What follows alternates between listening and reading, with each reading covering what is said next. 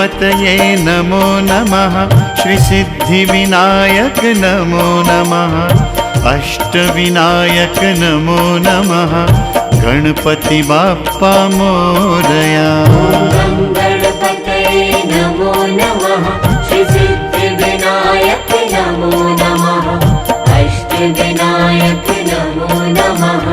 गणपति बाप्पा मोरया।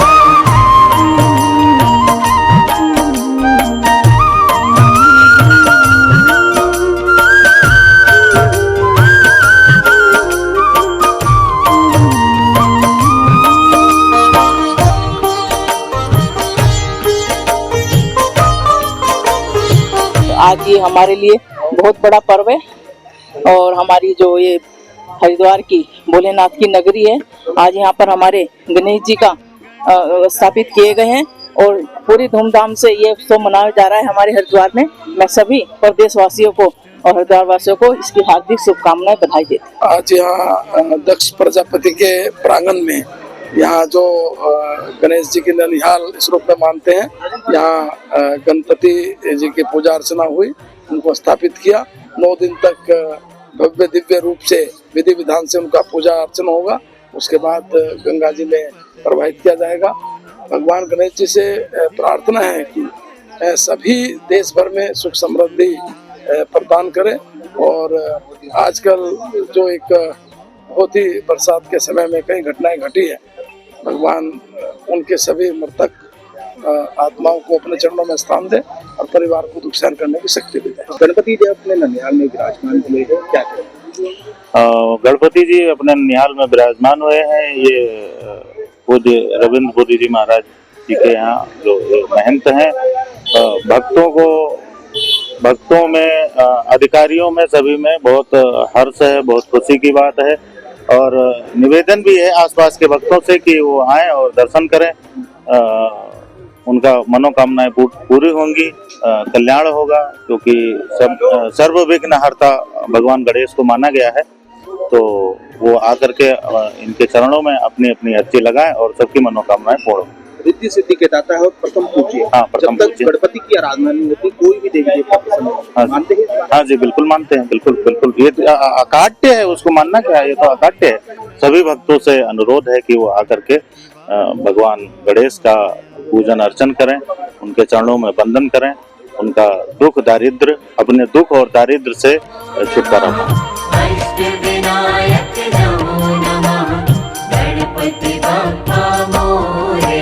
ओम गणपतये नमो नमः। श्री सिद्धिविनायक नमो नमः।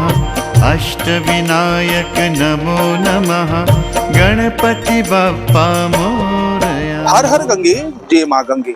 रिद्धि सिद्धि के दाता गणपति अपने ननिहाल राजा दक्ष की नगरी दक्षेश्वर महादेव मंदिर में विराजमान हुए हैं। हमारे साथ मौजूद है महानिर्वाणी अखाड़े के सचिव श्री महंत रविंद्रपुरी महाराज जी। गुरुजी, स्वागत है आपका तिलक पत्रिका पे। गणपति आज अपने ननिहाल राजा दक्ष की नगरी दक्षेश्वर महादेव में विराजमान हुए, कितना महत्वपूर्ण होता है ये क्षण? प्रत्येक वर्ष की भांति इस वर्ष भी गणेश जयंती के पावन पर्व पर श्री पंचायती अखाड़ा महानिर्वाणी और श्री पंचायती बड़ा अखाड़ा उदासीन के महापुरुषों के द्वारा चलाई हुई इस परंपरा का आज पुनः एक बार हम लोग आगे बढ़ा रहे हैं इसको। और ये चूंकि भगवान शिव की ससुराल है, भगवान गणेश का ननिहाल है, संपूर्ण कनखल के निवासी, हमारे इस क्षेत्र के विधायक, यहाँ के मेयर, सभी लोगों ने, सभी भक्तों ने शामिल होकर आज भगवान गणेश के विग्रह को स्थापित किया है। 9 दिन तक ये पूजा चलेगी। उसके बाद भगवान का गाजे बाजे से शोभा यात्रा नगर भ्रमण के बाद में गंगा में उसका विसर्जन होगा। तो ये एक ऐसी परंपरा है कि जिस भी सनातन धर्म के कर्म को हम करते हैं तो सर्वप्रथम भगवान गणेश का ही हम आह्वान करते हैं, उनकी स्थापना करते हैं। तो मुझे आशा है जो प्राकृतिक आपदाएं हमारे राज्य में और भारत के अन्य भागों में आ रही हैं, भगवान गणेश जी की असीम कृपा रहेगी। इस प्रकार से वैष्णो देवी में एक रात्रि में घटना हुई है, जिन भक्तों ने अपने प्राणों की वहाँ आहुति दी है, उनके प्रति हमारी संवेदनाएं हैं। भगवान उनकी आत्मा को शांति दे और उनके परिवार के लोगों को शक्ति सहन करने का भगवान शक्ति प्रदान करे, क्योंकि ये प्राकृतिक आपदाएं जिस प्रकार मनुष्य के कर्म के आधार पर फल मिलता है, कहीं न कहीं मानव का पर्यावरण को दूषित करने का जो प्रयास हो रहा है उसका परिणाम आम जनता को भुगतना पड़ रहा है। ये राज्य और भारत सरकार से मेरी अपील है कि जो धार्मिक स्थान है उस पर पर्यटन की स्थिति को धार्मिक रूप में ही विकसित किया जाए, ना कि भौतिक रूप में, क्योंकि जहाँ जहाँ भौतिक कर्म अगर पर्यटन स्थलों में, धर्म स्थानों में होंगे तो वहाँ की जो पॉजिटिव एनर्जी है वो कहीं की नेगेटिविटी में परिवर्तित होती है, जिसका परिणाम हम सबको भोगना पड़ता है। गंगा आदि जितनी भी नदियां हैं वर्तमान में, तो इस वर्ष वर्षा का काल जो है, राजस्थान जैसे राज्य में जहाँ पानी की बहुत कमी रहती थी, वहाँ भी पिछले 500 साल में इतना बरसात जो है कभी हुआ नहीं है। तो ये प्रकृति का एक चक्र चेंज हो रहा है, मनुष्य को अपने आप को इसके अनुसार चेंज करने की आवश्यकता है। तो भगवान गणेश सद्बुद्धि को सबको प्रदान करें, क्योंकि बुद्धि और रिद्धि और सिद्धि के दाता हैं गणेश जी। और आपके इस तिलक पत्रिका के माध्यम से संपूर्ण उत्तराखंड वासी और देशवासियों को हमारे दोनों अखाड़ों की तरफ से बहुत बहुत शुभकामना, बहुत बहुत बधाई। गुरुजी, सावन के पवित्र महीने में भगवान शिव दक्षेश्वर महादेव में ही निवास करते हैं और अब 10 दिन तक गणपति जी अपने भक्तों का इसी स्थान से कल्याण करें। ये एक परंपरा है हमारे यहाँ। भगवान गणेश का जब हम विसर्जन करेंगे तो फिर श्राद्ध प्रारंभ होगा और बहुत से उत्तर भारत के लोग अपने पूर्वजों के पितरों का तर्पण करने आते हैं। 15 दिन वो पर्व रहेगा। फिर भगवती दुर्गा का नवरात्रि की स्थापना होगा। तो एक वैदिक परंपरा का पालन जो है आश्रम, अखाड़े और मठ मंदिरों के माध्यम से प्राचीन काल से चला रहा है, उसी की परंपरा को हम लोग आगे बढ़ा रहे हैं। बिल्कुल, जिस तरह से गुरुजी का कहना है कि गणपति अपने ननिहाल में विराजमान होकर भक्तों का कल्याण करते हैं और हर वर्ष इसी स्थान पर गणपति को विधि विधान से स्थापित किया जाता है। देश के पहले धार्मिक न्यूज चैनल तिलक पत्रिका के लिए हरिद्वार से मैं आशुष शर्मा।